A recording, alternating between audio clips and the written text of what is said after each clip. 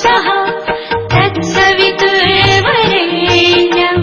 भर्गो देवस्य धीमहि धियो यो नः प्रचोदयात्।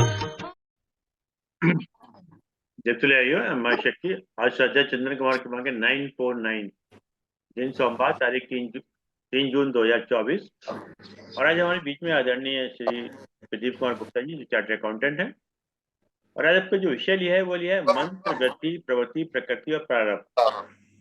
अब ज्यादा सुन लेते तो आदरणीय श्री प्रदीप गुप्ता साहब से निवेदन करते हैं कि आज का उद्बोधन जाते हैं। आदरणीय प्रदीप गुप्ता साहब। नमस्कार भैरव, धन्यवाद। सभी बंधुओं का स्वागत है और सभी के लिए धन्यवाद भी है कि उन्होंने समय निकाला और मुझे विचार विमर्श द्वारा कुछ सीखने का मौका मिलेगा। ये अभी जब अरविंद भाई साहब ने मुझे बोला टॉपिक बताओ, मैं सोच रहा था क्या टॉपिक मैं लूँ। तो ये टॉपिक मेरे दिमाग में आया, इसके बारे में हम बार बार सोचते हैं लेकिन ये टर्म्स जो है ना हमसे कहीं ना कहीं छूट जाती है इनका मतलब। तो फिर मैंने सोचा इन्हीं को थोड़ा तैयार करते हैं और चर्चा करते हैं। और ये जो टॉपिक है इनके बारे में हमारी डिफरेंट मान्यताएं हो सकती हैं, डिफरेंट समझ हो सकती हैं। तो all are good and all are acceptable. तो इसमें दाजी साहब ने जो हमें इनके बारे में बताया, उनसे इन टॉपिक्स पे क्वेरी करी गई अभ्यासियों द्वारा। तो उन्होंने जो बताया और जो मुझे अपील किया तो उसको मैं आपसे शेयर करने की कोशिश करूंगा। पहला एक सवाल जो हम सबके मन में आता है कि मंत्रों की हमारे जीवन में, हमारे आध्यात्मिक यात्रा में क्या उपयोगिता है, ये कैसे बने और how far they can take us. तो हमारे अपने अपने बिलीफ सिस्टम हो सकते हैं। तो मैं माफ़ी भी चाहूँगा अगर कहीं पे किसी टॉपिक को टच करते हुए मैं अपनी समझ के हिसाब से अगर मैं मेरी समझ उससे कम रह जाती है या कुछ अलग तरीके से मैं इंटरप्रेट करता हूँ तो उसमें कोई किसी का विरोध नहीं है, कोई बात नहीं है। तो उसमें मैं एडवांस में मैं माफ़ी चाहूँगा। इसमें जो भी लोग, दाई साहब ने हमें बताया मंत्रों के लिए जो भी लोग मंत्रोच्चार करते हैं, मंत्रों की पूजा करते हैं या मंत्र सिद्धि करते हैं, तो इट इज ऑलवेज प्रेज वर्दी और निश्चित रूप से हमें सहायता करते हैं। लेकिन जो दाई साहब ने हमें इंसाइट दी तो उन्होंने एक एग्जाम्पल द्वारा हमें समझाया। मान लीजिए हम किसी के ऊपर चिल्ला रहे हैं और उसे हम कोई ऑर्डर दे रहे हैं बॉम्बार्डिक स्टाइल में। तो और दूसरी एक कंडीशन हो सकती है कि हम पर दूसरे व्यक्ति को बहुत आराम से और बड़े सॉफ्ट वे में समझा रहे हैं। तो वो फिर उन्होंने सवाल किया तो शायद हम सभी एग्री करेंगे यदि हम आराम से किसी व्यक्ति को बात समझाएं और सटल और सोफर तरीके से बात समझाएं तो ये तरीका ज्यादा वर्क करेगा और उस पर ज्यादा इम्पैक्ट होगा। उसी एग्जाम्पल को वो आगे बढ़ाते हुए कहते हैं, अब ये आता है हमारे सेल्फ के ऊपर। सेल्फ का मतलब है स्वयं विद कैपिटल एस, जो मैं आत्म तत्व की बात करता हूँ, सेल्फ विद कैपिटल एस। तो अगर उसको वो बताते हैं, आगे एक्सप्लेन करते हुए उन्होंने हमें बताया कि अगर आप अपने आप से बात करनी हो तो क्या आप जोर की चिल्लाएंगे या एक रेजोल्यूशन पास करेंगे बहुत साइलेंट मैनर में, जो कि फर्म है और जो विदिन है, अपने अंदर ही हम एक रेजोल्यूशन लेते हैं। तो उसी को फिर आगे बढ़ाते हुए कहते हैं, वो अपने टॉपिक पे आते हुए उन्होंने बताया इसी तरह से कोई भी प्रेयर या मंत्र उसको लाउड होने की जरूरत नहीं है। वो हमें सजेस्ट करते हैं let it be soft, touching your heart at the deepest level. जितना ये हमारे हार्ट को अंदर तक, जितना डीपर लेवल पे टच करेगा, मंत्र का इफेक्ट हमारे ऊपर उतना ही ज्यादा होगा। और वो आगे हमें बताते हैं द ओनली वे वो प्रेयर इज, जो इफेक्टिव तरीका है अगर इसे इम्पैक्टफुल होना, तो जितना हम इसे साइलेंटली करेंगे उतना इसका ज्यादा इम्पैक्ट होगा। और इसका हम उसे उस तरह से करें कि जो मंत्र की फ्रीक्वेंसी है वो हमारे अंदर अंदर आवाज पैदा करे और अंदर ही रहे। उसको फर्दर उन्होंने एक्सप्लेन किया, जो हमारे मंदिर डिजाइन थे पुराने समय से, मंदिर इस तरह से डिजाइन होते थे कि मुश्किल से ही मंदिर के अंदर की आवाज उसके सेंट्रम और हमसे जो डोम बनता था उससे बाहर आती थी। और उसकी हाइट, डोम का साइज और उसका शेप बिल्डिंग का इस तरह से साइंटिफिकली कंस्ट्रक्ट होता था कि आवाज बाहर ना जाए, वो वहीं रहे। आजकल पोजीशन शायद कुछ अलग हो गई है। तो अगर हम किसी टेम्पल के प्रीस्ट को बताएं या किसी विलेज हेड को बताएं कि हमें आवाज नहीं करनी है, तो शायद वो कहेगा आप नास्तिक हैं या आप रिलीजियस नहीं है, आप अगेंस्ट रिलीजन है। जबकि ऐसा बिल्कुल भी नहीं है। तो ये हमें अपने आप को अपने आप ही सोचना है कि कौन अथेइस्ट है और कौन रिलीजियस है। अब वो फर्दर हमें एग्जांपल देते हैं, एग्जांपल द्वारा समझाते हैं कि जो भी चीज रिदम में होती है उसमें हार्मोनी होती है। अगर रिदमिक है तो हार्मोनी होगी, और यदि डिस्कॉर्ड है तो वहां से उससे जो वाइब्स पैदा होंगी तो दे आर बैड वाइब तो बैड एनर्जी। म्यूजिक में भी हम देखते हैं कि वो रिदमिक है तो भी एंजॉयड, और यदि उसमें रिदम टूट जाए तो then we can not enjoy the music. तो उसी के लिए तो उसी बात को आगे बढ़ाते हुए उन्होंने बताया कि अगर हमारे डिस्कॉर्ड है व्यक्तियों में, हम कुछ लोग बैठ के बात कर रहे हैं किसी भी एनवायरनमेंट में, जो डिस्कॉर्ड है तो उससे व्यक्तियों के जो हृदय है वो निश्चित रूप से अफेक्ट होते हैं। और यदि उसको वो कंसोलेशन नहीं मिलता है, उसको रिजोल्व नहीं करते हैं, या उसकी जो बैड वाइब्स है वो बैड एनर्जी डिस्कॉर्ड की वजह से पैदा होती है, यदि हम उसको नलीफाई नहीं करते हैं तो it results in heart arrhythmia, जिसमें जो कहते हैं ना हार्ट रेट डिस्टर्ब हो जाती है, ऊपर नीचे चलती है। तो उस एनवायरनमेंट को जब हमारी हार्ट रेट ऊपर नीचे चलती है तो उसके अंदर से हमारे हृदय में भय पैदा होता है, एक इनसिक्योरिटी की भावना पैदा होती है। आगे वो फर्दर इसे समझाते हुए कहते हैं जैसे हम फॉर्म से फॉर्मलेस की तरफ मूव करते हैं, उसी तरह से हम अपनी आध्यात्मिक यात्रा में साउंड से साउंडलेसनेस की तरफ मूव करते हैं। और हार्टफुलनेस में जब हम ध्यान करते हैं तो प्राणा होती हम रिसीव करते हैं, और जो ये प्राणा होती है वो किसी भी फ्रीक्वेंसी से परे है। और ये जो प्राणा होती है हमें जो सोर्स है, हर चीज का सोर्स है, वहां तक ही हमें ले जाता है, दैट इज एब्सोल्यूट। और हमें करना क्या है जब हम ध्यान में बैठे, तो वो कहते हैं कि हम विजिलेंट रहें, इंटॉक्सिकेट ना हो। कई लोगों का ये तजुर्बा रहता है, जब वो ध्यान में बैठते हैं तो इंटॉक्सिकेशन क्या है उनको पता नहीं रहता क्या चल रहा है। तो that is the condition of intoxication. तो वो बताते हैं कि विजिलेंट होना इंटॉक्सिकेशन से हमेशा बेटर है कि यहाँ पे हमें कुछ पता ना हो। और उसके लिए बाबूजी साहब एक टर्म यूज करते थे, जो हमारे फाउंडर प्रेसिडेंट थे श्री रामचंद्र मिशन के, तो कि जब हम मेडिटेशन करें, we have to be like the cat waiting for a mouse. तो वो इंतजार करे को चूहे को कैसे पकड़ना, इस तरह से हम मेडिटेशन करें, we are aware of everything what is happening in the meditation. और जब हमें मेडिटेशन की छोटी छोटी बारीकियां समझ में आने लगती हैं, तो फिर अब जो ट्रिनिटी है, नोअर, नोन और नॉलेज, तो वो उसको हम उससे परे चले जाते हैं, and then we can experience the absolute. आगे वो हमें बताते हैं कि आप अपनी अटेंशन को अनुभव पर फोकस करें, let your attention be on the experience, and महसूस करने की कोशिश करें कि उस अनुभव से आपको क्या मिलता है। और हम में से जिस किसी ने भी कभी भी मेडिटेशन किया है किसी ना किसी तरीके से, चाहे वो बिना किसी गाइडेंस के क्या हो, हम में से हर एक ने कुछ ना कुछ फीलिंग जरूर की है, कुछ ना कुछ जरूर महसूस किया है। एंड फिर वो कहते हैं जब हमने ऐसा किया है तो क्यों ना हम मेडिटेशन किसी प्रूवन मेथोडोलॉजी के थ्रू करें, जिसमें योगिक ट्रांसमिशन की सहायता हो। और फिर आप देखिएगा कि आप अपने कॉन्शसनेस को स्टेट जो है उसमें आप कैसे झांक पाते हैं। और एक बार आप एक्सपीरियंस महसूस कर लेते हैं, तो फिर अगला सवाल आता है कि अब मैं उस एक्सपीरियंस का क्या करूं, मैंने जो अनुभव किया, then what to do with that experience. तो वो उस पर भी हम विचार कर सकते हैं कि मैंने मेडिटेशन में एक चीज एक्सपीरियंस किया, मैं उस एक्सपीरियंस करूँ कि मैंने महसूस तो कर लिया, मैंने शांति महसूस कर ली, मैंने हैप्पीनेस महसूस कर ली, मैंने डिस्टर्बेंस महसूस कर लिया, वाट एवर आई फील। अब मैं उस शांति का, उस हैप्पीनेस का, और उस जो भी मैंने फील किया, तो उसका मैं क्या करूँ। तो उसके लिए वो आगे फिर वो बताया, उन चीजों पर उन्होंने प्रकाश डाला है, तो उसको मैं आगे चर्चा करने की कोशिश करूंगा। फर्दर फिर वो मंत्रा के बारे में वो फर्दर बताते हैं कि आखिर ये मंत्र बने कैसे, हमारे ऋषि मुनियों ने इन मंत्रों को याद कैसे किया। तो उन्होंने हमें एक्सप्लेन किया कि rishi were able to perceive the vibrations, और जिनको हम श्रुति कहते हैं।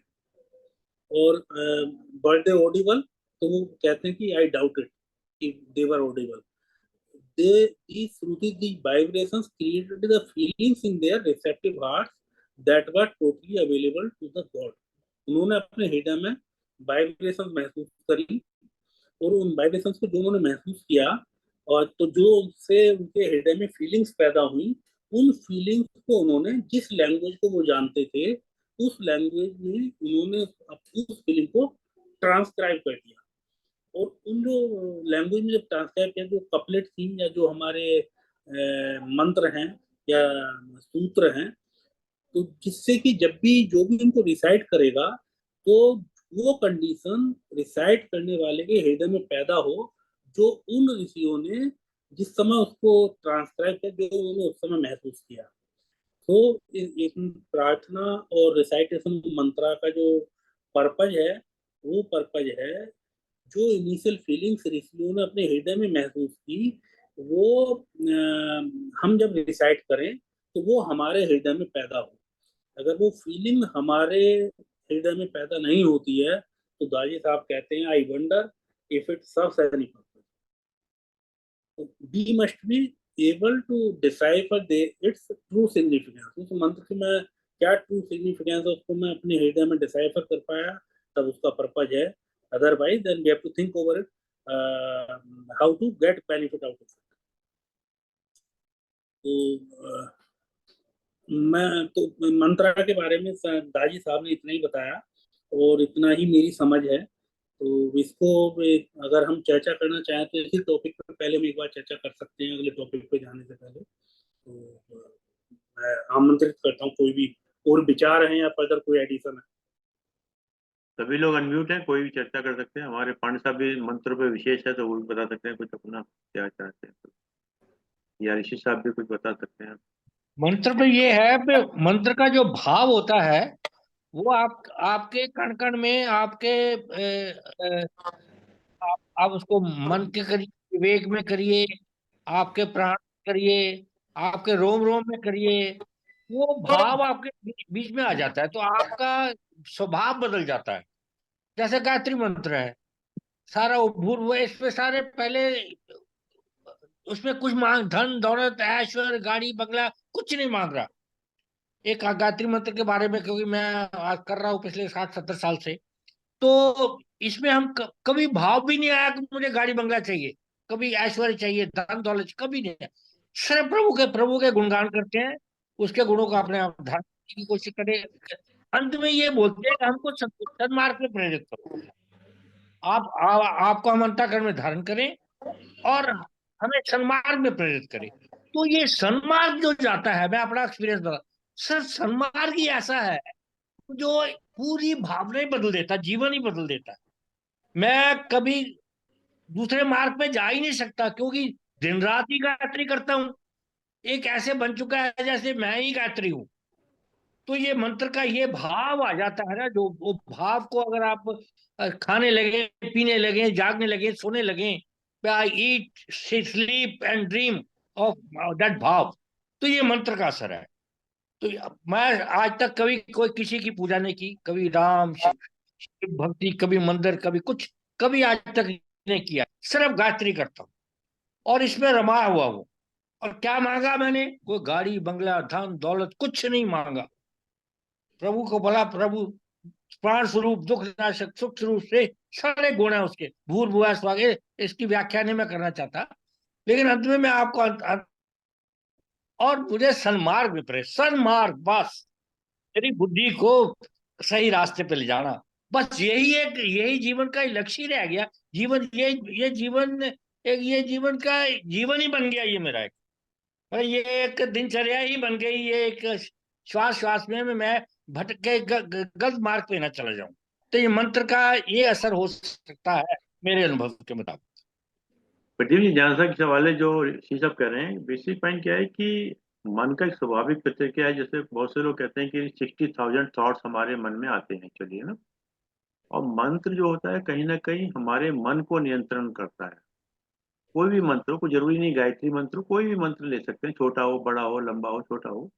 क्योंकि जो मन है उसको कहीं ना कहीं फोकस करना होता है एक जगह। क्योंकि जैसे ऋषि साहब ने कहा कि साहब मैं किसी मंदिर नहीं जाता, कहीं कहीं जाने की आवश्यकता भी नहीं है। क्योंकि जब हम अपनी मानसिक और शारीरिक शक्ति किसी भी एक जगह लगा देंगे, चाहे वो भगवान में लग के अगर हमारे माता पिता में लगा देंगे वहां पर भी उसका फर्क पड़ जाएगा।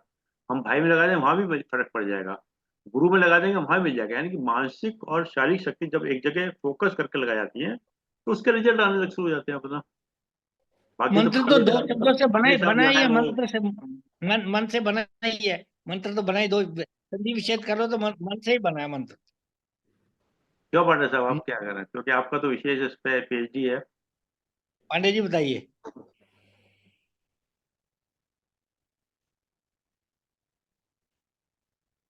मेरा अनुरोध तो ये है कि जो वक्ता हैं उनको आप बोलने दें, पूरी बात समझ में आएगी किस बात को किस तरह कहना चाहते नहीं, हैं। उन्होंने मंत्र पे खत्म कर दिया था। नहीं वो कह रहे उन्होंने विचार मंत्र मांगे में ना साहब। इससे ज्यादा नहीं, नहीं बोलना नहीं, चाहता। नहीं। अपना अनुभव बताइए। मेरी बात सुन ले, जो मेरी समझ में नहीं, जितनी अल्प बुद्धि है मेरी, वो बात मैं कहना चाहता हूँ।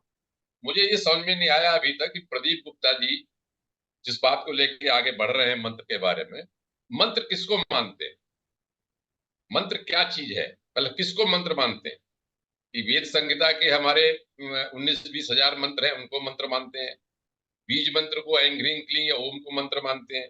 मंत्र का क्या आशय है, अभी तक मैं इस बात को नहीं समझा। ये बात तो ठीक है, उन्होंने कहा कि साइलेंटली करो, गुरु ने क्या कहा, उनको हार्ट में क्या महसूस हो रहा है, यहाँ तक तो बात समझ में आई। तो मैं ये चाह रहा था कि जो वक्ता है वो अपनी पूरी तैयारी से होता। इन्होंने जो भी गाइड का अपना नाम लेते हैं, मैं उसको समझ नहीं पा रहा हूँ इंग्लिश में। तो जिस बुक का या जिस जो भी गुरु का आप वो फॉलो करते हैं, तो वो मंत्र क्या है, मंत्र को क्या कहते हैं, क्या विस्तार है उस शब्द का? क्योंकि वो नाद भी है, लय भी है, हठ में भी है। और मैं तो बहुत तरह से इस मंत्र को समझता हूँ बात को, फिर अपनी बात कहूंगा कि मंत्र का क्या, मैं तो शाब्दिक अर्थ बता सकता हूँ। तो अभी बात मैं सुनना चाह रहा था कि प्रदीप गुप्ता जी से ज्ञान ये प्राप्त करूं कि बस मंत्र को किसको मंत्र कहते हैं। ये बात समझ में नहीं आई, इसलिए मैं कह रहा था देवऋषि, आपने तो केवल गायत्री मंत्र के ऊपर या किसी मंत्र पे कह दिया, लेकिन ऐसा नहीं है कि हो सकता है उनके पास उनके गुरु के पास या प्रदीप गुप्ता जी के पास और बड़ा क्षेत्र हो जिसको वो मंत्र कहते हैं। ये मेरा कहना, मेरी बात प्रदीप पूरी गुप्ता बताइए, प्रदीप जी से ज्ञान प्राप्त पूछिए। करना है। इसमें प्रदीप जी हाँ हाँ, इसमें मैं जो आप तीनों ही विचार जो हैं अपने अपने क्षेत्र में वो एक सच बयान कर रहे हैं। एक अलग दृष्टिकोण से वो उस बात को रख रहे हैं। जो मैंने अपनी बात रखी वो ये बात रखी कि मंत्रों का एक उद्गम कैसे हुआ। उद्गम ऐसे हुआ जो हमारे गाइड ने हमें बताया। उद्गम ये हुआ कि जो भी हमारे जो वाइब्रेशंस थी, जो गॉडली वाइब्रेशंस थी, वो ऋषियों ने उसको परसीव किया इन देयर हार्ट, और उसको फिर उन्होंने ट्रांसक्राइब कर दिया।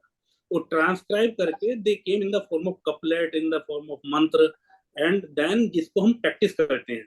तो प्रैक्टिस करने के लिए जो जो बात को हम एम्फसाइज करना चाह रहे हैं, we want to take benefit of it. जैसे आपने बताया कि मैं इस चीज को कण कण में फील करता हूँ, तो हम उसी बात को करें कि उसको, जैसे आपने धारण करने की बात कही, गायत्री मंत्र में हम धारण करते हैं, तो धारण करने का मतलब धारण जो होता है वो अपने अंदर धारण होता है। जब मैं मंत्र को रिसाइट करता हूँ, अगर वो मेरे अंदर फीलिंग पैदा होती है, तो वो मैं उसके साथ that will take me forward. और यदि केवल मैं उसको केवल उच्चारण कर रहा हूँ और वो मेरे अंदर कोई फीलिंग पैदा नहीं हो रही है, तो वो केवल एक आवाज बन के रह जाता है। तो जब वो आवाज अंदर की तरफ एक डायरेक्शन के साथ जाएगी, तो it will take me further, जहाँ पे उस मंत्र को मुझे ले जाना, जो हमारे ऋषि उन्होंने, जो उनकी ओरिजिनल फीलिंग थी, even I can feel that original feel. But for that, I have to become silent from inside, and either I have to recite it. Method may be anything.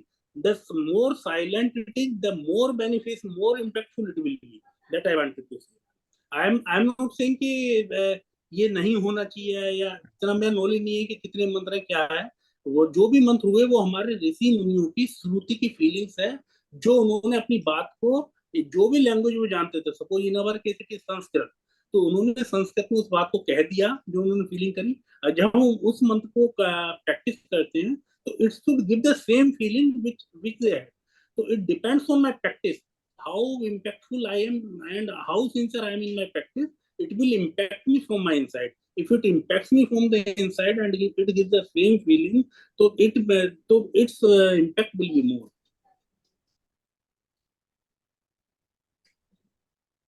Again, अगर हम इसको बहुत simple भाषा में कहें तो the more silent more meditative we are, मंत्र का उच्चारण का मतलब केवल ये नहीं कि मैं बोल के कर रहा हूँ, I even I can do silently, I, तो I should go into that state.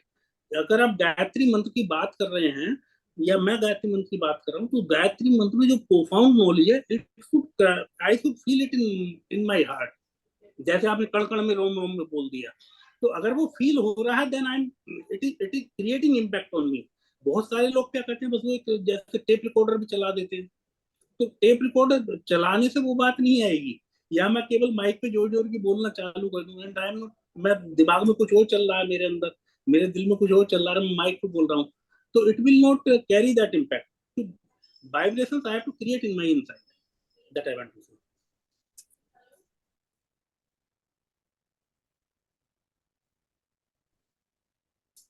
आगे चलें या तो चर्चा करना चाहिए? ठीक है, आगे चलिए साहब, आगे चलिए। हाँ, अगला टॉपिक है वृत्ति, प्रवृत्ति, प्रकृति एंड प्रारब्ध। तो अगर इसको मैं अपनी अंडरस्टैंडिंग की बात करूं, तो ये हमारे पूरे योग का सार है। तो पतंजलि ने जो योग को डिफाइन किया, पतंजलि साहब ने डिफाइन किया, योगा चित्त वृत्ति निरोधा, योग चित्त में वृत्तियों के निरोध का नाम योग है। तो बहुत सिंपल डेफिनेशन उन्होंने दी। तो पूरे योग का जो हम परिणाम प्राप्त करते हैं, वो वृत्तियों के निरोध के रूप में हम परिणाम प्राप्त करते हैं। तो उसी के लिए जो चार शब्द जो हमारे लिए बहुत इम्पोर्टेंट है, जिनको हमें समझना है, और इसको हम ये भी कह सकते हैं, how do we form our destiny. और जो इटर्नल प्ले है हमारी पूरी जिंदगी का, जो क्रियाकलाप हमारी पूरी जो जिंदगी है, that is eternal play of four vital things. They are vritti, vritti means tendencies, प्रवृत्ति, प्रवृत्ति मीन्स एक्टिविटी, प्रकृति, प्रकृति मीन्स नेचर, प्रारब्ध, प्रारब्ध मीन्स डेस्टिनी। तो चार जो टॉपिक लिए हैं, वृत्ति, प्रवृत्ति, प्रकृति एंड प्रारब्ध, ये चारों चीजें एक साथ जुड़ी हुई हैं और एक दूसरे से लिंक हैं। इसको मैं थोड़ा सा रिक्वेस्ट करूंगा, जो भी ऑडियंस हैं, तो थोड़ा इमेजिन करें, एक सर्कल बनाए मनी मन, उस पर रख लें वृत्ति, रख लें प्रवृत्ति, रख लें प्रकृति, रख लें, और फिर उस सर्कल को एक ट्रायंगल बनाए ऊपर जाके, ऊपर मनी मन कल्पना करें प्रारब्ध। तो इन तीनों के, वृत्ति, प्रवृत्ति, प्रकृति, इन तीनों के द्वारा हमारा प्रारब्ध बनता है। ये कैसे होता है? जैसे जो हमारी इंडिविजुअल डेस्टिनी है, जो तो वो कैसे जो ग्रो करती है, जो हमारे संस्कारिक सीड हैं, बीज हैं, जो वो हमारे अहंकार की भूमि में जब वो प्रस्फुटित होते हैं, तो वो हमारी डेस्टिनी बन के आते हैं। और हमारे जो संस्कारिक संस्कार जो होते हैं, वो हमारे मन में जनरेट करते हैं, हृदय में इंटेंशंस पैदा होती है, और जब हृदय में इंटेंशन पैदा होती है, तो हमारा मन जो है, माइंड जो है, उनको पूरा करने के लिए काम करना चालू कर देता है। तो जो माइंड की हमारी वर्किंग्स और टेंडेंसीज हैं, उनको हम वृत्ति कहते हैं। Mind, the mind's workings and tendencies are known as vritti. अब क्या होता है, जो हमारी वृत्तिज हैं, जो हमारी टेंडेंसीज हैं, वो इंटर्न क्या होता है, उसके वशीभूत होकर वो ड्राइव करते हैं हमारे प्रवृत्ति को, हमारी एक्टिविटीज को। जो हमारी वृत्ति होती है, उनके अनुरूप हम अपने काम करते हैं, और टुगेदर वृत्ति और प्रवृत्ति, इनसे मिलकर हमारी प्रकृति बनती है, हमारी nature, with the quality of three गुण, सत्व, रजस एंड तमस। तो पहले जो स्टार्टिंग पॉइंट है, वो वृत्ति है। वृत्ति से हमारी प्रवृत्ति एक्टिवेट होती है, एक्टिविटी में हम संलग्न होते हैं, और ये दोनों मिलकर हमारी प्रकृति को डिफाइन करते हैं तीन गुणों के हिसाब से, सात्विक, राजसिक और तामसिक। और अगर हम देखेंगे, जो हमारी नेचर होती है, जो क्वालिटी ऑफ नेचर है हमारे पर्सनालिटी की, हमें से हर एक की, तो हम उन्हें बहुत कुछ एक्टिविटीज को हम रिपीट करते रहते हैं। जो फूड लवर है, वो बार बार रेस्टोरेंट में जाएगा। जो सर्फर है सपोज, तो वो बार बार समुद्र की लहरों में वो सर्फिंग करेगा। किसी को मूवी देखने का शौक है, तो वो बार बार सिनेमा में जाएगा। और इन एक्टिविटीज के से क्या होता है, वो हमारे पर्टिकुलर तरीके के संस्कारों को इकट्ठा करते हैं, और जो हर व्यक्ति के लिए हर व्यक्ति की प्रकृति के हिसाब से, नेचर के हिसाब से वो यूनिक होते हैं उसके लिए। और लाइफ टू लाइफ, जन्म आफ्टर जन्म, ये हम कांस्टेंट एक्टिविटी के द्वारा हम अपने संस्कारों को इकट्ठा करते रहते हैं, और उसी के द्वारा हमारी नेचर का निर्माण होता है। ये हम जनरल बोलचाल की भाषा में भी हम कहते हैं ये इस व्यक्ति की नेचर ऐसी है।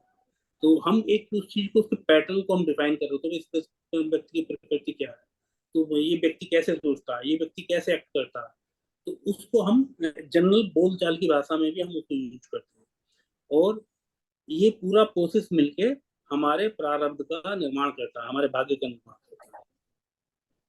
और हमने सबने देखा है कि हम में से प्रत्येक की, हर व्यक्ति की पर्सनालिटी, जो ट्रेट्स अलग अलग होते हैं,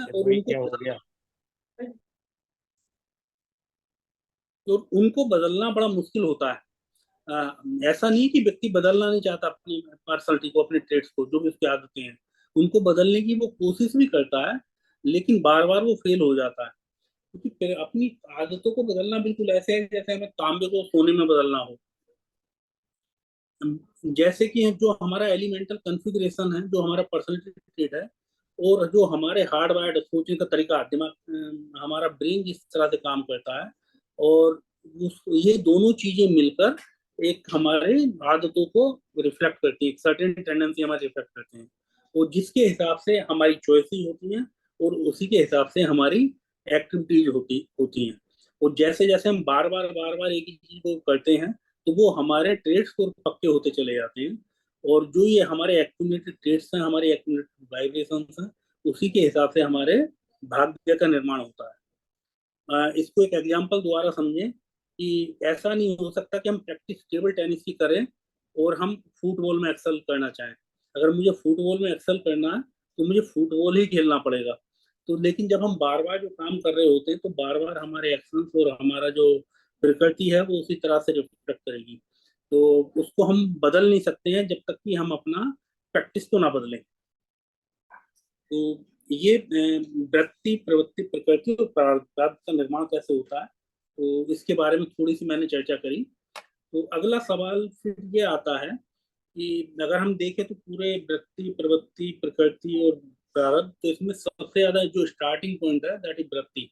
अगर मुझे इसको मैनेज करना है, रेगुलेट करना है, तो मुझे अपनी वृत्तियों पे काम करना पड़ेगा, मुझे अपनी वृत्तियों को रिफाइन करना पड़ेगा और वृत्तियों को प्योरीफाई करना पड़ेगा। तभी मैं अपनी पर्सनैलिटी ट्रेट्स को, अपनी प्रकृति को चेंज कर सकता हूँ, अपने प्रारब्ध को चेंज कर सकता हूँ। तो इसके लिए जो वृत्ति, उसके लिए हमें एड्रेस करना पड़ेगा कि हम अपनी वृत्ति को फॉर्म कैसे करते हैं। हमारी जो वृत्ति फॉर्म होती हैं, तो उसको समझने के लिए हमें संस्कारों को समझना पड़ेगा। संस्कार हमारे क्या हैं? संस्कार हैं हमारे जो हम डेली इंप्रेशन जो हम इकट्ठा करते हैं, हम कुछ भी सोचते हैं, कुछ भी काम करते हैं, तो उसकी छाप एक हमारे दिल पे पड़ती है। वो जो छाप पड़ते हैं, जो छाप इकट्ठा होते होते होते होते वो ठोस होने लगती है, और जब हम उसे बार बार हम उसे रिपीट करते हैं, तो ये जो हमारे अंदर छापे, जो दिल पे जो हमारे इंप्रेशन हैं, they are converted into our tendency. इसको एक एग्जांपल से हम समझ सकते हैं, जैसे कि यदि पानी लगातार गिरेगा, पानी की बूंद गिरती है, तो वो जो है कुछ समय बाद फ्लो वाटर में कन्वर्ट हो जाएगी। और यदि उसका वाटर ड्रॉपलेट का फ्लो ज्यादा है, तो फ्लो वाटर बहेगा, तो धीरे धीरे एक स्ट्रीम में डेवलप हो जाएगा, पानी बहना चालू हो जाएगा। Then it will be a creek and then it will be a river. तो it can go up to that extent.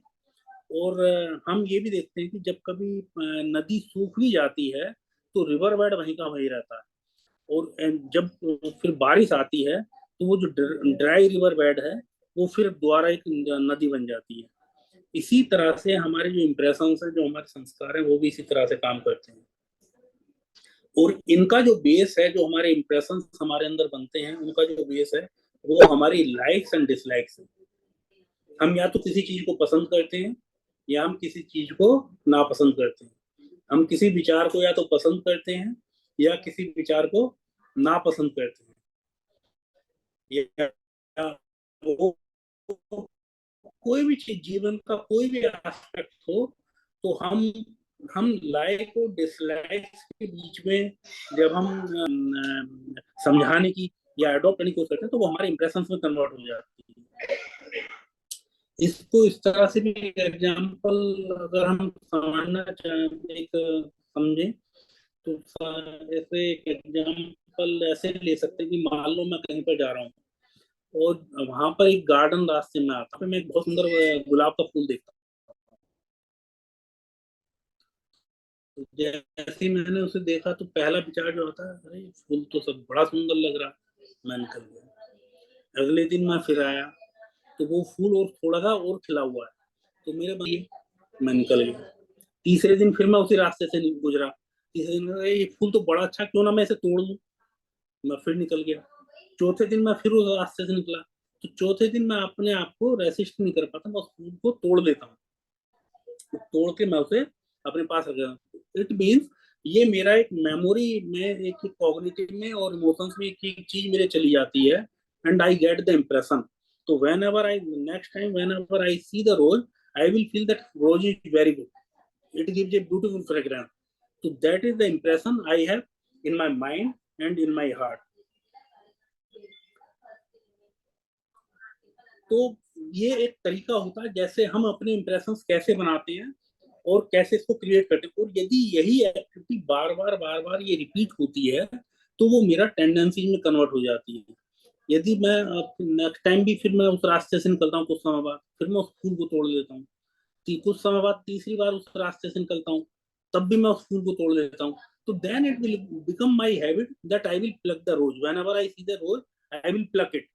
तो इसी ये बिल्कुल ये जैसे हमने रिवर की भी एग्जांपल दी, अगर रिवर सूख भी जाती है तो जैसे ही उसको सरकमस्टांस फेवरेबल सरकमस्टांस मिलेंगी, जैसे ही बारिश आएगी तो जो रिवर जो रेन वाटर है वो नदी के रिवर बेड से ही वो बहेगा। तो जो इम्प्रेशन मेरे अंदर जो इकट्ठा होता है, इफ इट इज देयर, तो as soon as I get the favourable circumstances, so I will in the hands of tendency, I will act on according to that only. So that is the formation of the व्यक्ति। तो अब इस जो हमारी tendency है, जो मेरे अंदर टेंडेंसी डेवलप हो जाती है, तो अब अगला सवाल ये आता है कि उन टेंडेंसीज को how to get rid of it. क्या कोई ऐसा तरीका है कि मैं व्यक्ति से निजात पा लूं? बिल्कुल, इसके लिए तरीका है। उसके लिए जैसे अगर हमने फूल का एग्जांपल लिया, अगर हम इसको इस कंटेक्स्ट में लें, यंग बॉय या यंग गर्ल के कंटेक्स्ट में हम लें, this is a rose and I like it. Suppose some friend take the example of a girl and the boyfriend gives the rose to the girl on the Valentine's Day. Immediate क्या होगा, उसकी जो feeling है, it can not be written in words, but that girl will develop emotional connection with the giver of the rose. तो एक feeling पैदा होती है। और ये बहुत छोटी सी बात है, बहुत सिंपल सा एक्ट है, उसके दो एस्पेक्ट होंगे। पहला तो ये होगा कि कॉग्निटिव लेवल पे वो उसके दिमाग में ये बात रजिस्टर हो गई कि ये जो है फूल मुझे अच्छा लगता है, कोई मुझे देता है, it feels me good, and that is episode at cognitive level. तो दूसरा जो इम्पैक्ट उसका होगा, that will be impact at emotional level as well. और जो इमोशनल लेवल पे इम्पैक्ट है, कभी भी मैं उससे छुटकारा पाना नहीं चाहूंगा। अभी हम बात कर रहे हैं व्यक्तियों से कैसे छुटकारा पाए, तो मैं उस मेमोरी को मैं क्यों हटाना चाहूंगा, वो गर्ल क्यों हटाना चाहेगी? क्योंकि जबकि वो जो जिसने वो फूल दिया, तो वो जबकि उसने उसकी लाइफ में एंटर कर लिया, तो प्रॉब्लम जो अराइज होती है, प्रॉब्लम केवल तब अराइज होगी यदि वो जो लड़के ने जिसने फूल दिया एक लड़की को, वो 12 और लड़के को फूल देता है, तो देन उस लड़की के दिमाग में क्या आएगा, she will try to throw it, trace कर देगी। अगर हम देखें तो इसमें डिफरेंट एंगल्स हैं। पहले सीन में कोई भी व्यक्ति उस मेमोरी को, यदि अच्छी मेमोरी है, उसको वो रखना चाहता है, उसको फेंकना नहीं चाहता। और दूसरे सिनेरियो में उसको वो जो है रखना ही नहीं चाहता है। और दूसरे सिनेरियो में क्यों नहीं रखना चाहता, उसको हमें शायद एक्सप्लेन करने में, समझने में कोई प्रॉब्लम भी नहीं है, और हम उसे समझना भी नहीं चाहते हैं, वी नो, एवरीबॉडी नो। तो लेकिन अगर अब हम फर्स्ट सिनेरियो की बात करें, जहाँ पे somebody enters the life, gives a role, and I have the beautiful memory and I want to keep it. तो फर्स्ट सिंड्रोम में क्या होगा, मैं उसे रखना चाह रहा हूँ, लेकिन वो मेरा जो एक्सपीरियंस है after some time that go sour, मन में कुछ खटास पैदा हो गई, तो आगे से क्या होगा उस व्यक्ति के साथ में, जब भी उसे कोई फ्लोवर मिलेगा, कोई भी फ्लोवर देगा, तो वो फ्लोवर जो आएगा वो कांटों के साथ आएगा, एक उसे कड़वी याद भी आएगी और उसे फ्लोवर में कांटे महसूस देंगे। तो हम निश्चित रूप से एक बात जो हम अपने कॉन्फिडेंस से कह सकते हैं, जो हम हार्टफुलनेस में हम प्रैक्टिस कर रहे हैं, तो हमारे यहाँ एक पद्धति है हार्टफुलनेस क्लीनिंग की। तो ये हमारा एक्सपीरियंस है, मेरा व्यक्तिगत एक्सपीरियंस है कि जब हम हार्टफुलनेस ट्रेनर के साथ, जब हार्टफुलनेस ट्रेनर क्लीनिंग करता है, जब हम मेडिटेशन सेशन में होते हैं, तो वो धीरे धीरे जो हमारी पुरानी यादें हैं जो मुझे परेशान कर रही है, बार बार रिपीट हो रही हैं, तो वो धीरे धीरे धीरे धीरे वो जो है हटना चालू हो जाती है।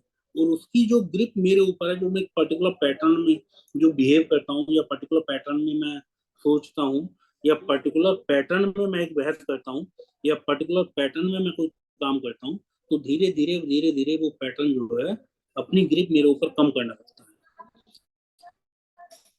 इसके अलावा हम हार्टफुलनेस प्रैक्टिस में जो डेली क्लीनिंग करते हैं दिन में, उसमें हमारा जो डेली के इम्प्रेशंस हैं, जो डेली मैं कलेक्ट करता हूँ, दे आर गेटिंग क्लीन। और जब हम अपने गाइड से मिलते हैं, तो that is altogether different story, that can go very deep, and जो डीप इम्प्रेशंस हैं दे आर गो अवे। तो हमारा एक्सपीरियंस ये है, and Heartfulness is known for dealing with how to remove the Bhakti, and heartfulness cleaning is the USP for heartfulness practicing, and it helps us in removing our Bhakti, and through that process we march on our way forward, and are on our way forward towards the yoga, what Patanjali says, yoga चित्त वृत्ति निरोधा, चित्त में वृत्तियों का निरोध का नाम योगा है। It is all about from my side about वृत्ति, प्रवृत्ति, प्रकृति एंड प्रारब्ध। तो यदि आप आई विल बी हैप्पी यदि मुझे कुछ फर्दर इनमें कुछ सीखने का मौका मिले आप सभी विद्वानों से, तो या कोई सवाल हो तो मैं I will try to take it. चलिए सब कोई कि सभी लोग अनम्यूट हैं, किसी कोई जिज्ञासा हो सकते हैं, नहीं तो हमारे पांडे साहब दोस्तों धन्यवाद कहते हैं। सवाल ये है कि प्रारब्ध तो चेंज नहीं हो सकता, और मेरे हिसाब से प्रकृति भी चेंज नहीं हो सकती, क्योंकि लक्षण है, जैसे अग्नि के लक्षण है भाई, ये जलाएगी, पानी सुखाएगा, हवा गिलाएगा और हवा सुखाएगी। तो प्रकृति और प्रारब्ध तो चेंज नहीं हो सकता, वृत्ति और प्रवृत्ति चेंज हो सकती है। ये वो योग से हो सकती है, जैसे आपने चित्त वृत्तियों को रोध ही करना हो, ये इससे हो सकती है, बार बार मनन से हो सकती है। और ये इसके बारे में जानना चाहूंगा भाई, प्रकृति क्या प्रारब्ध तो चेंज नहीं हो सकता, और क्या प्रकृति, मेरे हिसाब से प्रकृति भी मनुष्य की चेंज नहीं होगी, वृत्ति और प्रवृत्ति चेंज हो सकती है। इसके बारे में कुछ जानना चाहूंगा। इसमें थोड़ा सा मैं डिफर करना चाहूंगा वैसा आपसे। अगर प्रारब्ध चेंज नहीं हो सकता, फिर हम जो कुछ भी कर रहे हैं फिर उसको मतलब ही नहीं है। प्रारब्ध तो चेंज नहीं हो सकता, वो कैसे चेंज होगा, वो तो हो चुका है, नहीं हो उसको सकता तो है, चेंज कर ही नहीं सकता कोई। वही मैं बताने की कोशिश कर रहा हूँ।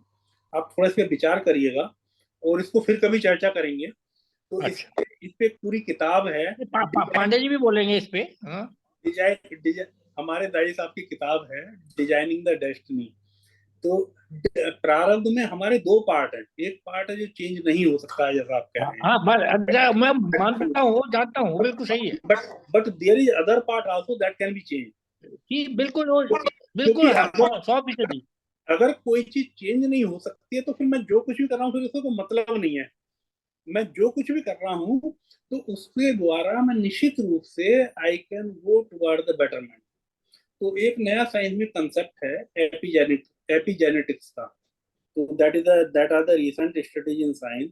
तो एपिजेनेटिक्स क्या है, जैसे हम कहते हैं कि जो हमारा जीन है, डीएनए है, that can not be change, whatever it will remain.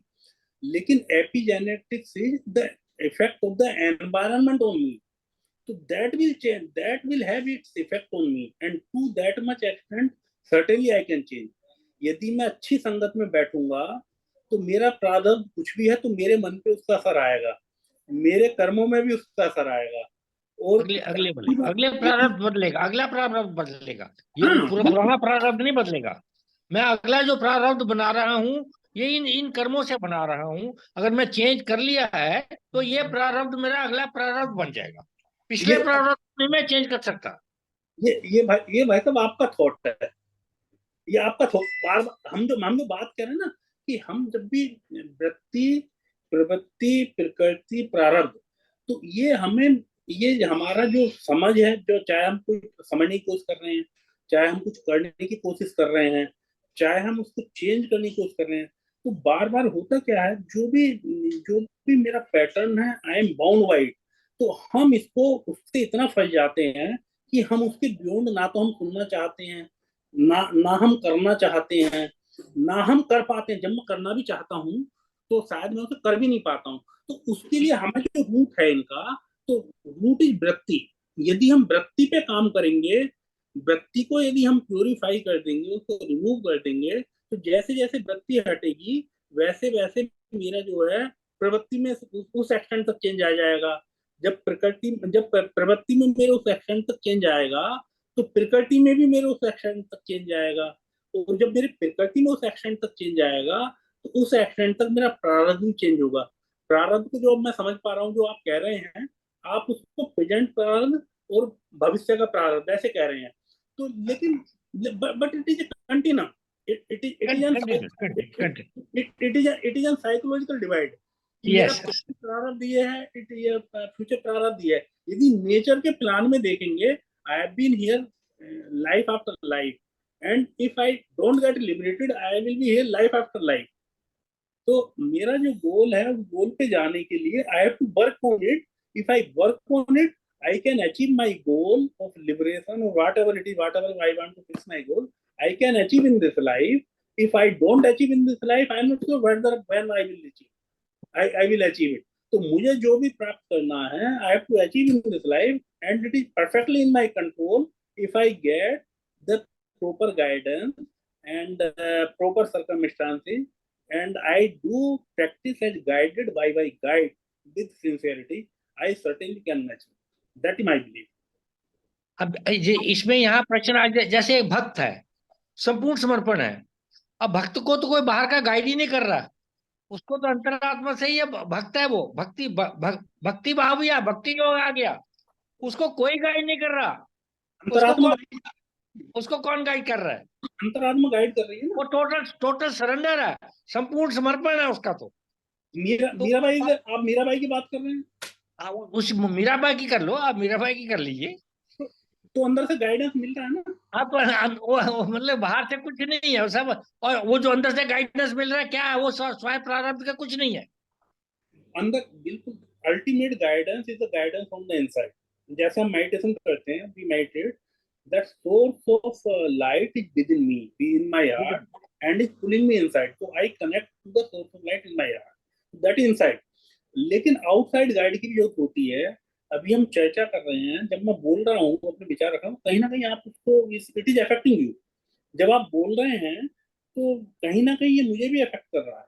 आप जो बात कर रहे हैं वो ऐसा नहीं मुझे बिना अफेक्ट करे जा रही है, इट इज अफेक्टिंग मी।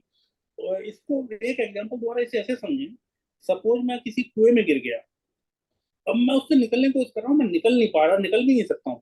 लेकिन यदि बाहर की तरफ राहगीर जा रहा, मैं कह रहा हूँ भैया बचाओ बचाओ बचाओ, न मेरी आवाज में उन्होंने रस्सी डाल दी, और रस्सी डाल के उसने मुझे खींच दिया। 5 मिनट लगी मुझे बाहर आने में, और केवल मैं ये सोचूं कि मैं तो जो है केवल अपने आप ही निकलूंगा, तो हो सकता है मैं 5 दिन में ना निकल पाऊँ। तो यदि मुझे कहीं से आउटसाइड गाइडेंस मिलती है तो उसे हमें एक्सेप्ट करना होता है। और हमारे जो गुरुजन आते हैं धरती पर, बार बार आते, चाहे अवतार पुरुष आते हैं, चाहे गुरुजन आते हैं, अगर उन्हें आने की जरूरत नहीं होती तो वो आते भी नहीं। उन्हें अपने लिए नहीं आते, वो हमारे लिए आते हैं। चाहे वो राम बन के आते हैं, चाहे वो कृष्ण बन के आते हैं, चाहे वो विवेकानंद बन के आते हैं, चाहे वो किसी भी रूप में आते हैं, तो उनके आने की जरूरत है, बार बार हमें याद कराना पड़ता है भाई ये चीज ऐसे है, I am here, take help from me. तो यहाँ पे एक चीज हम जो कोट करते हैं, आदि शंकराचार्य जी का एक बहुत फेमस स्टेटमेंट है, उसको हम कोट करते हैं। तो इस कोट के साथ मैं अपनी बात को विराम देना चाहूंगा। तो आदि शंकराचार्य जी कहते थे कि मनुष्य के पास इस जीवन में केवल 3 वरदान है। पहला वरदान कि उसके पास मनुष्य जीवन हो, अगर जीवन के लक्ष्य को प्राप्त करना है, वो हम सबके पास है, नो, अच्छा। ठीक है ना, वो हम सबके पास है। दूसरा वरदान जो बताते थे, वो दूसरा वरदान जो उन्होंने बताया कि जिस समय मनुष्य रूप में हम धरती पर हैं, उस समय गुरु भी मनुष्य रूप में धरती पर मौजूद हो।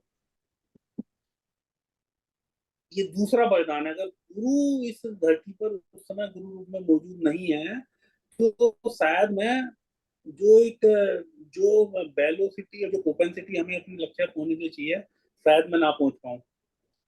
तीसरा, जब गुरु इस धरती पर मौजूद हो और मैं भी यहाँ पर मौजूद हूँ, तो मैं उसको ढूंढ लूँ, उसके पास पहुंच जाऊं, या जब वो मुझे अपने मेरे सामने प्रेजेंट करे तो मैं उसे एक्सेप्ट कर लूँ, तर्क वितर्क में ना पढ़ूं, और जो वो कहे उसको मैं शरणागति हो जाऊं।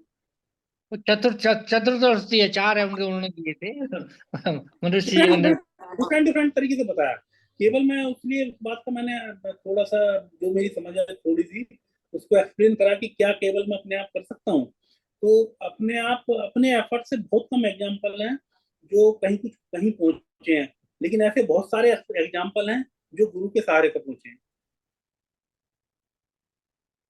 जी तो एक ही बताइएगा कि व्यक्ति के अंदर सबसे बड़ी चीज क्या है कि जो उसके माइंड में सेट हो जाता है कहीं से भी, किसी भी जगह से, उसको आसानी से बदलता नहीं है।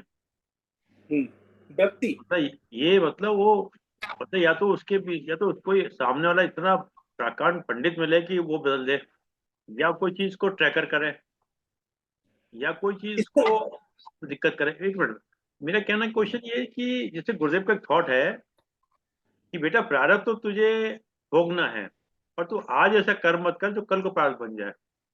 हाँ, वही बात चल रही थी, वही तो बात चल रही थी। तो आज का क्वेश्चन क्या कर्म है कि प्रारब्ध है। जो चीजें है, मतलब अगर हम पास्ट में जाएं, क्योंकि हमने अब तक यही देखा कि उसमें भगवान भी मतलब अपने आप को नहीं बचा पाए, मतलब कहीं ना कहीं जो हम लोग कथा कहानी आती हैं। तो जो आपने भी कहा, जो संगत होता है या कहीं होता है, उससे एक वातावरण मिलता है, उस वातावरण से व्यक्ति ऐसे चीजों के अपने प्रारब्ध को, चाहे गलत भी है तो उसको सही कर लेता है, ताकि अगली जो जीवन है उसका थोड़ा सा सही बन जाए, मतलब। पर ये बात समझ में नहीं आती, वो चेंज नहीं करता था अभी, बड़ा ये बड़ा दिक्कत बात है। नहीं, या तो उसका अहम टकराता है, या उसका प्रारब्ध चेंज टकराता है। चेंज होता है, अभ्यास से चेंज होता रहता है, चेंज होता रहता है। अब जैसे बोलिए, मैंने इतने इतने प्रयत्नों से बहुत कुछ चेंज किया अपने आप को भी, आप सर भी कर आपकी सकते हैं। देखिए, आप तो अपना में यूनिक आदमी हैं, देखिए आपके बराबर जो है कोई नहीं कर पाएगा। नहीं नहीं, हम कहने लोग का मतलब, साधारण व्यक्ति हैं, हम उसकी चर्चा कर रहे हैं कि हम लोग कैसे अपने आप को, क्योंकि हम तो एबीसीडी वाले हैं, पीएचडी वाले बच्चे हम लोग कम एक्चुअली। तो क्वेश्चन यहाँ ज्यादा इंपॉर्टेंट है कि जो व्यक्ति सीख रहे हैं, मतलब एबीसीडी वाले, क्योंकि हमारे तो 20 सवाल आ रहे हैं। अब जैसे अभी हम लोग चर्चा कर रहे थे, प्रदीप जी 98 से जुड़े इस मिशन से, मैं ये पूछा कैसे जुड़े, तो कोई बताया इन्होंने कैसे। तो ये भी ईश्वर की कृपा ही होती है कि कौन कैसे कहाँ मिल जाए, कौन सी ट्रैकर हो जाए। बिल्कुल बिल्कुल कृपा ये है। भी कहीं ना कहीं पूर्व जन्म के प्रारब्ध होंगे जिसने आपको जोड़ दिया, क्यों। बिल्कुल बिल्कुल बिल्कुल भाई पांडे साहब का जैसे संस्कृत में इतना अध्ययन है, गहन है, तो वो ना ये गुरुकुल जाते, ना इनको उसको रुचि मिलती, क्यों। बिल्कुल बिल्कुल बिल्कुल, तो ये कोई ना 100%, कोई 100%। घटना बनती है, जिस घटना से व्यक्ति कहीं ना कहीं उसके टर्निंग पॉइंट आ जाता है, मतलब पॉइंट है ना। हम लोग जो प्लेटफॉर्म पे हैं, तो जब लोग साधारण लोग हैं, और मैं तो बल्कि सबसे फिसड्डी आदमी हूं, तो मैं तो कुछ समझ ही नहीं पाता कई चीजों को। चलिए साहब, आदरणीय पारण। एक छोटा सा जी जी जी सर।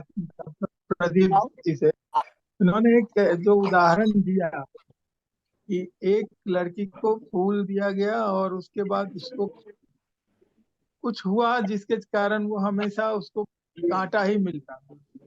ये ऐसा बिहेवियर तो कहीं भी हो सकता है, दो आदमी के बिहेवियर में, दो आदमी, दो या चार, किसी के भी। क्या ऐसा मन में सेट हो जाएगा उसके, यही प्रारब्ध है मेरा, क्या ऐसा हो जाएगा क्या? नहीं, actually I was trying to explain vritti form कैसे होती हैं। तो व्यक्ति जैसे होता क्या है ना, हमारे साथ में कुछ घटित होता है। Example, I am a young boy, age 20, and I love flowers. And one beautiful girl comes into my life, and she gives me flower on Valentine Day or on some auspicious occasion. So there are two things. Number one, I like roses, and it is the event and particular day when I get the flower. So certainly it has emotional effect on me. And the emotional effect है, I have the feel good factor, and and it goes into my memory. And when it goes into my memory, I want to keep it because it has a good memory. I feel it as a good memory. लेकिन simultaneously क्या होता है, I'm just trying to expand the topic. Now two things can happen. So I got the flower, I felt good, and I want to keep the memory. And I come to know that उसी व्यक्ति ने 10 और लोगों को flower दिया है, तो मेरी जो फीलिंग है एकदम बदल जाएगी, and I will throw that flower, trace it इसमें, and this reaction will come from 100 people out of 100. उसमें शायद हमें कुछ ज्यादा सोचने की, चर्चा करने की जरूरत नहीं है. लेकिन मैं तो दूसरी जो एग्जांपल है, जहां पे मेरे सामने ऐसे एग्जांपल नहीं आए, and I have the feel good factor, I want to keep that memory, and I wanted Valentine after Valentine after Valentine, and it is happening. So what is happening? My Bhakti is getting stronger and stronger and stronger. लेकिन ऐसा भी हो सकता है 5 साल बाद, 7 साल बाद, 8 साल बाद समथिंग हैपन्स और हमारे रिलेशनशिप में कोई खटास आ जाती है. और जब ये खटास आएगी तो मेरा जो रिएक्शन है that will be very bitter. और उसके बाद में what will happen, it is an hypothetical example, we can imagine it. If anybody at any point of time, if somebody gives me rose, so that bitter experience will come into my mind, and I will feel bitter. So earlier I wanted to keep that memory, now I am keeping the bitter memory imprinted on my mind. So what I am trying to explain, so this is the formation of the Bhakti. It is a tendency. Whenever I get the flower, either get, in this example, either I feel very good, or in the other example, when the relationship goes sour or breaks down, so I feel very bitter with the same event. So this is the feeling after feeling after feeling, and my reaction will be the same. तो जैसे जैसे मेरा reaction same होगा, मैं बार बार repetitive conditions में उस particular environment में मैं एक पर्टिकुलर तरीके से बिहेव करना चालू कर देता हूँ. जिसका एक्सपीरियंस अच्छा है वो फील गुड फैक्टर महसूस करेगा, वो अच्छी उस तरह के व्यक्ति फॉर्म करेगा. जिसका एक्सपीरियंस बेटर है वो उस तरह की व्यक्ति फॉर्म करेगा, और उसके रिएक्शन उस तरह से आएंगे, and it becomes a emotional baggage only. तो इसीलिए हम देखते हैं कि एक ही कंडीशन में दो व्यक्ति अलग अलग तरीके से रिएक्ट करते हैं. एक ही व्यक्ति के साथ आई फील वेरी कंफर्टेबल, उसी व्यक्ति के साथ अरविंद भाई साहब बहुत अच्छा कंफर्टेबल फील कर सकते हैं, और आप जो है तीसरे तरीके से फील कर सकते हैं. तो वो जो है हमारी कंडीशनिंग ऑफ माइंड को डिपेंड करता है, and conditioning of mind is due to the repetitive thoughts, repetitive actions that gets grossed up into my mind, and they are imprinted there.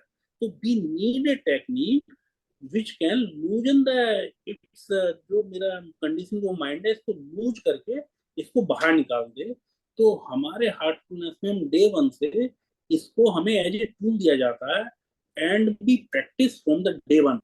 और हमारे ये कहा जाता है कि आप मेडिटेशन की प्रैक्टिस करें या ना करें, मेडिटेशन करें या ना करें, क्लीनिंग जरूर करनी है. और मेडिटेशन का आपको फायदा ये तभी मिलेगा जब आप क्लीनिंग के साथ में उसे करेंगे. तो बोथ आर कॉम्प्लीमेंट्री. तो वृत्तियों को साफ करने का काम, प्योर करने का काम, वो हमारा क्लीनिंग का है, जो हार्टफुलनेस क्लीनिंग है. उसमें भी 3 वे प्रोसेस है, 3 लेवल पे काम होता है. जहाँ पे हार्टफुलनेस ट्रेनर क्लीनिंग करता है, that is a matter of outside help, and it is a very great help. और बिना इस ग्रेट हेल्प के हम राधा मैं इसको पॉजिटिव वे में कहूंगा तो हमारा एक्सपीरियंस ये है कि it is an indispensable help that we have to get, और ये हमें किसी भी तरह से हेल्प करती है, और हम इसको डे टू डे लाइफ में I personally feel it, and हम लोग जो प्रैक्टिस करें वी फील इट। जब हफ्ते में 10 दिन में हम अपने ट्रेनर के पास जाते हैं and we get the sitting and we get the we feel light due to the removal of the bhakti. Some of the bhakti go away, or at least they loosen up. Number two, we every day in the evening we do heartfulness cleaning for 10 to 15 minutes. तो जो भी हमने दिन में बात करी, जो भी हमने काम करा, जो भी हमारे दिन में घटित हुआ, उसका जितना भी इंप्रेशन हमारे ऊपर जमा होता है, we clean it every day so that no fresh burden is accumulated. Number two, पुराना बर्डन मेरे हार्टफुलनेस क्लीनर ने हटाया। जो मेरा डेली बेसिस पे मैं इकट्ठा कर रहा हूँ, उसको मैंने डेली की डेली इकट्ठा ही नहीं होने दिया। तो I am becoming day by day lighter lighter lighter lighter, वो मैं होता जा रहा हूँ। और जब हम गुरु से मिलते हैं, तो गुरु हमारे ऊपर जो काम करता है, that goes into past so many life that we can not even imagine what happens when we come into the vicinity of the guide.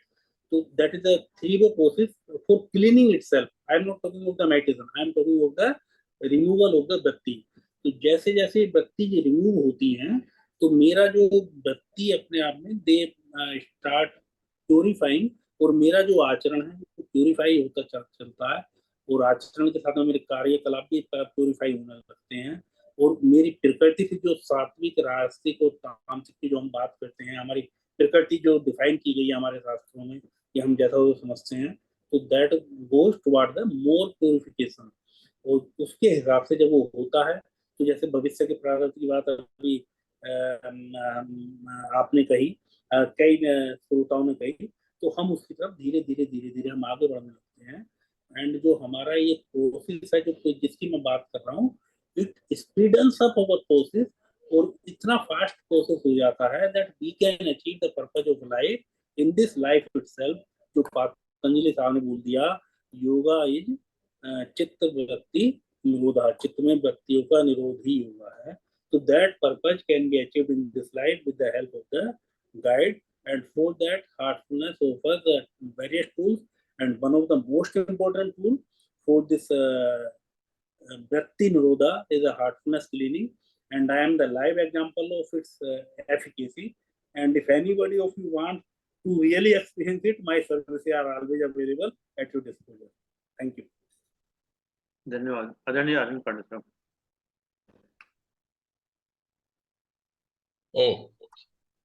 धन्यवाद श्री अरविंद शर्मा जी, आपने मुझे अवसर दिया जो कुछ भी मैं समझा उसको कहने के लिए, और विद्वान प्रवक्ता को धन्यवाद देने के। आज का विषय बहुत ही आकर्षक था मेरे लिए। मंत्र, वृत्ति, प्रवृत्ति, प्रकृति और प्रारब्ध। जैसा वक्तव्य सुनने से लगा, श्री प्रदीप गुप्ता जी चूंकि इस मार्ग में स्वयं उतारे हुए हैं अपने को और आगे बढ़े हुए हैं, तो वक्तव्य से ये पता चला कि मंत्र एक अलग विषय था इसमें, और बाकी जो 4 शब्द थे, वृत्ति, प्रवृत्ति, प्रकृति और प्रारब्ध, ये अलग विषय था। एक बात मंत्र के बारे में, देखिए मेरा अपना जो कुछ भी पढ़ा लिखा है, मैं जो वक्ता बोलता है उसको ये समझने का प्रयास करता हूं कि उनका जो अनुभव है वो क्या कहता है। तो जैसा श्री प्रदीप गुप्ता जी ने, वक्ता ने, महोदय ने बताया कि उनके गाइड ने ये लिखा कि मंत्र का साइलेंटली विचार करना चाहिए। अब मंत्र क्या है वो तो बता दिया कि ऋषि मुनियों ने जो बनाए हैं सो मंत्र है।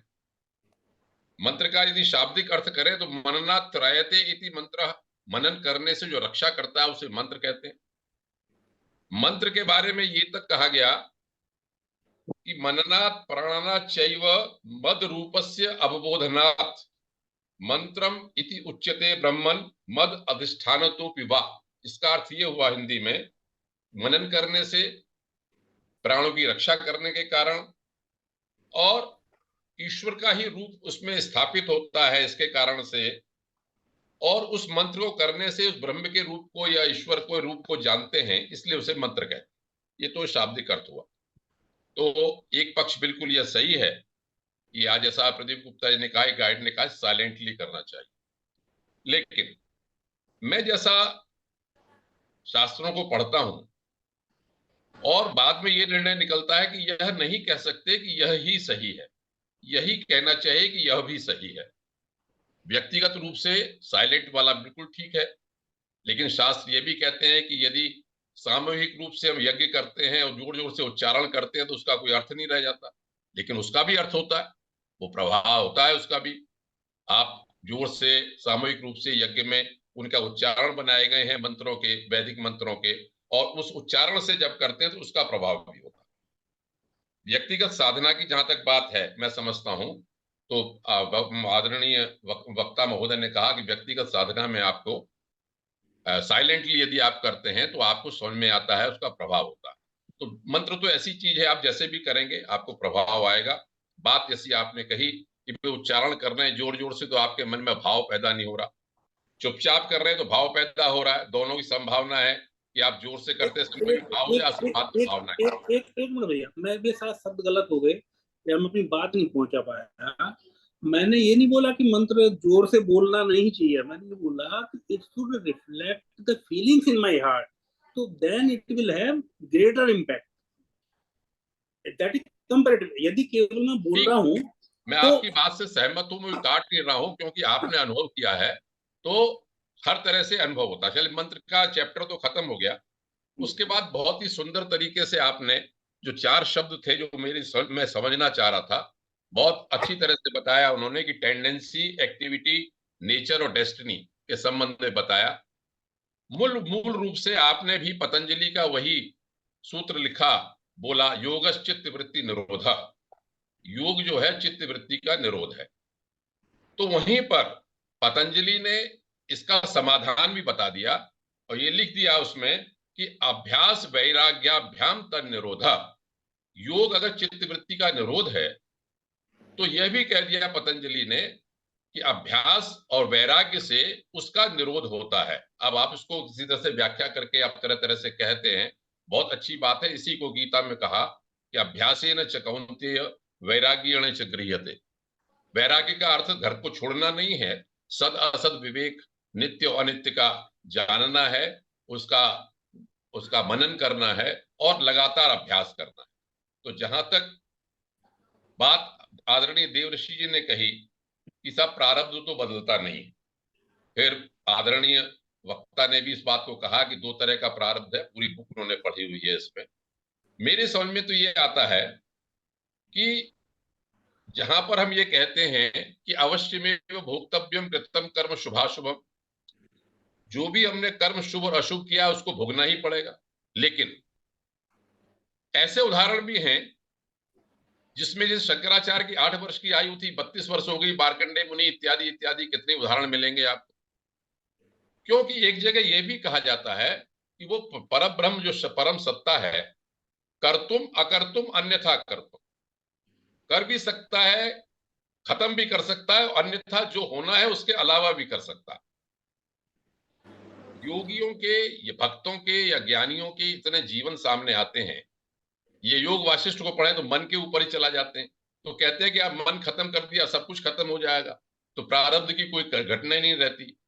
एक बात और विद्वान अभिवक्ता ने बहुत अच्छी कही कि 3 चीजें शंकराचार्य जी के बारे में बताया, वो संभवतः विवेक चूड़ामणि से ही है कि मनुष्यत्व, मुक्षुत्व, महापुरुष संश्रय, दुर्लभम त्रय एमेतत्।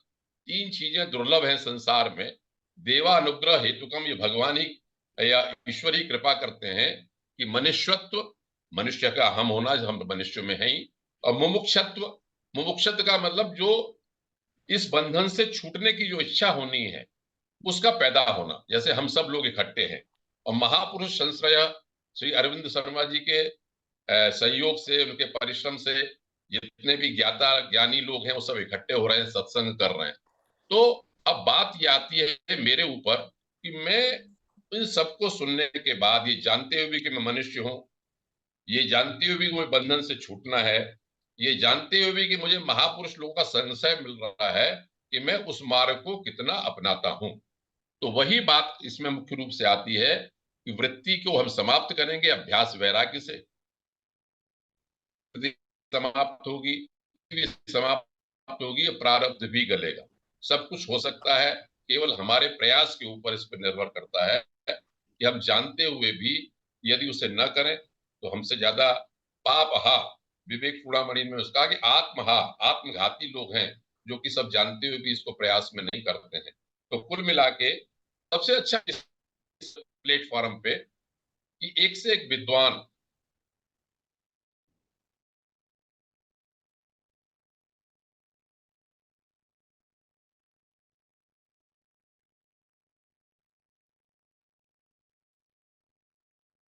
कर रहे हैं,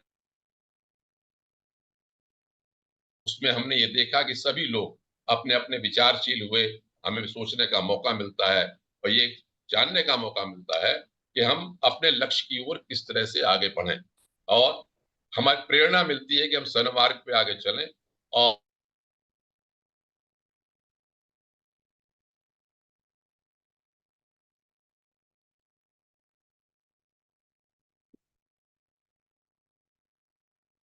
प्रेरणा मिलती है।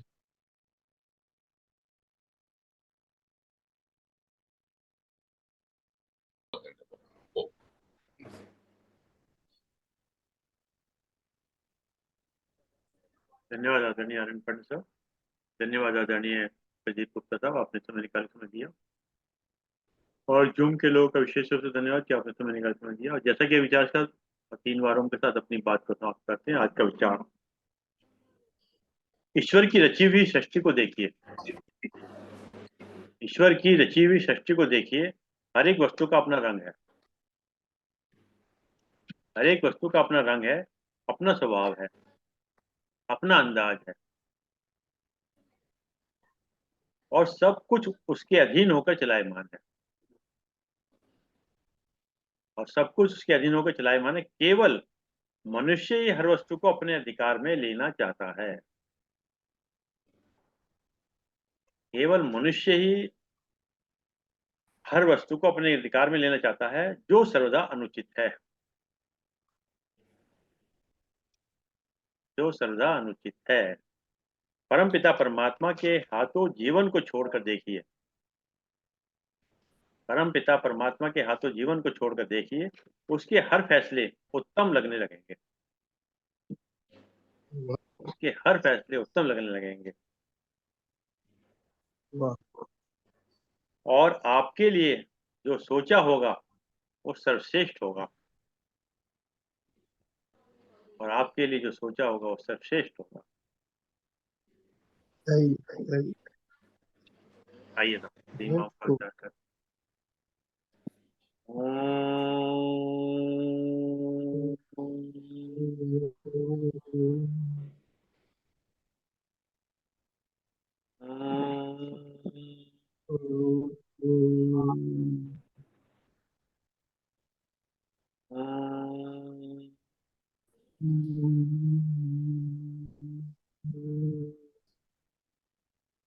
शांति शांति शांति सभी को प्रणाम, सभी को प्रणाम, प्रणाम। सभी को प्रणाम।